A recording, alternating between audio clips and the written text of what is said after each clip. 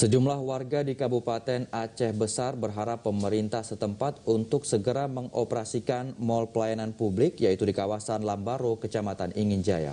Ya, tak kunjung beroperasinya gedung yang dibangun dengan anggaran miliaran rupiah itu membuat kondisinya dikhawatirkan akan rusak dan menjadi gedung tua.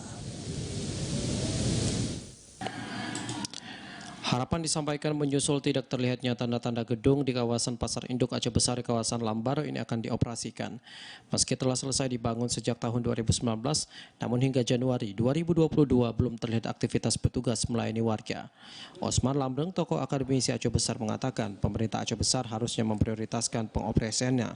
Kondisi ini menyusul luasnya wilayah Aceh Besar sehingga sangat menyulitkan warga jika mengurus berbagai keperluan administrasi ke ibu kota Aceh Besar di Kota Janto. Tidak hanya membantu warga, pengoperasiannya dinilai akan menjaga kondisi gedung agar tidak terancam rusak dan menjadi bangunan tua. Osman mengapresiasi niat baik pemerintah, namun hal ini turut harus dibuktikan dengan segera pengoperasian mal pelayanan publik dan tidak sekedar janji.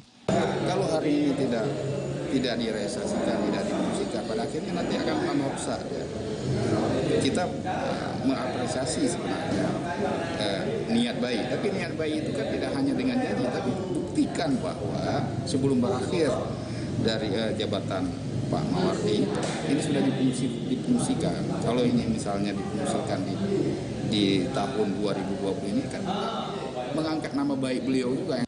Seperti diketahui tahun 2019, Pemkab Aceh Besar mengalokasikan anggaran 3,9 miliar rupiah untuk pengerjaan bangunan mal pelayanan publik di kawasan Lambaro Aceh Besar ini. Tidak hanya itu, tahun 2020 pemerintah setempat kembali mengusulkan anggaran sebesar 2 miliar rupiah untuk kelanjutan pembangunannya.